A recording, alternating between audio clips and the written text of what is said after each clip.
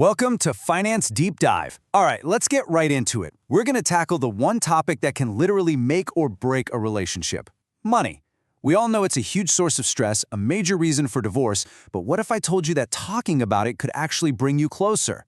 Let's break down exactly how. So let me ask you a question. What do you think is the single biggest predictor of divorce? You might think it's cheating or maybe fighting about the in-laws. But the real answer? Well, it's tied directly to your bank account. And the numbers here are actually pretty staggering. And there it is. Couples who argue about money frequently are nearly 3 times more likely to get divorced. Think about that. This isn't just a simple disagreement. It's the kind of deep, recurring conflict that has the power to tear a marriage apart. The stakes could not be higher. But here's the crucial part, the thing that almost everyone gets wrong. This is not a rich people versus poor people problem. It has almost nothing to do with how much money you actually have.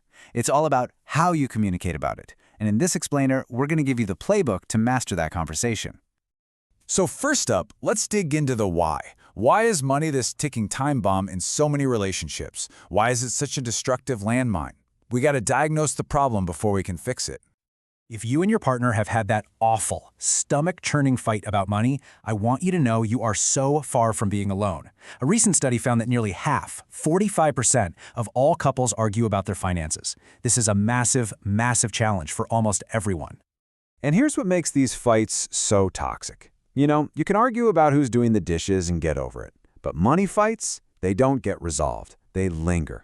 They create this cycle of chronic stress that's like a wound that just never gets a chance to heal.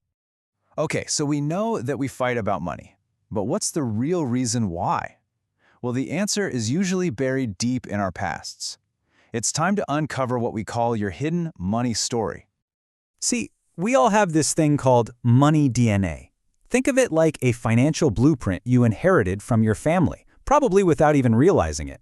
The way your parents talked about or didn't talk about money created this subconscious script that's still running the show today, for you and for your partner.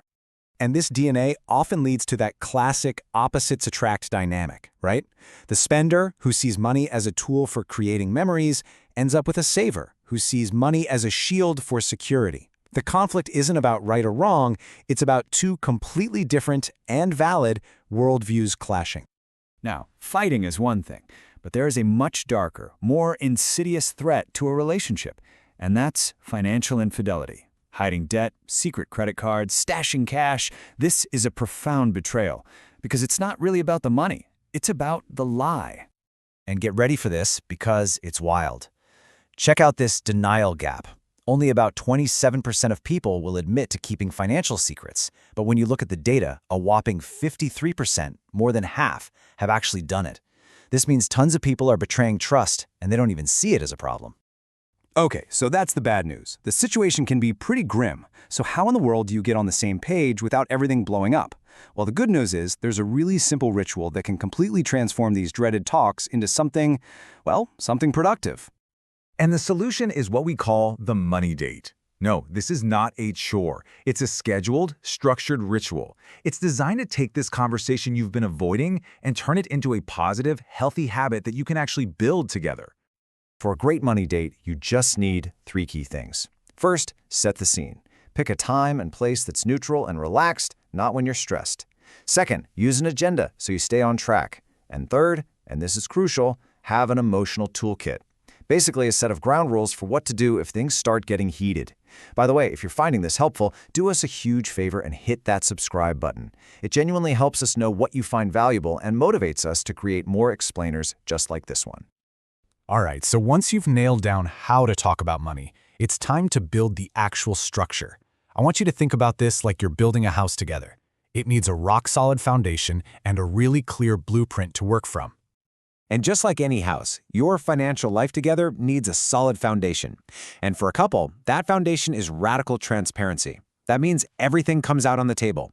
All the income, all the debt, every asset, even your credit scores. And it has to be a judgment-free zone. Next up, after the foundation, you have to frame the house. You need to pick a structure. There are basically 3 ways couples manage their bank accounts. You can keep everything separate, merge everything together, or do a hybrid of the two. And funny enough, your money DNA usually pushes you towards one of these. Now, for a lot of couples, the hybrid model is a total game changer. This is the yours, mine, and ours system. It's so popular because it perfectly balances that need for teamwork with the need for personal freedom. You get a joint account for your shared goals, and you each keep a personal account for your own spending. It's the best of both worlds. Okay, with the structure in place, you need a roadmap. You need to know where you're going. That, my friends, is your budget. If you're just starting out, a really simple but powerful framework is the 50-30-20 rule.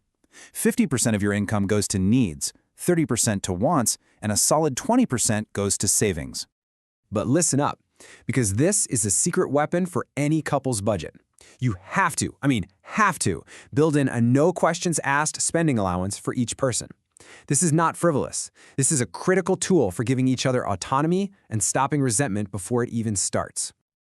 When you boil it all down, just remember this. Your financial future is a team sport.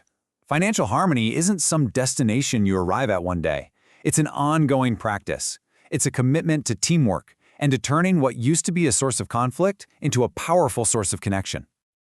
So, I'm going to leave you with a challenge. For your next money talk, your next money date, put the spreadsheets away for a minute and just start with this question. Ask your partner, when you dream about our future, what do you see? Because at the end of the day, you're not just managing money, you're building a life together. If you like the content, a subscription is the best way to let us know. It really does motivate us to keep posting more explainers that help you make sense of the world. Thanks for watching. Thank you.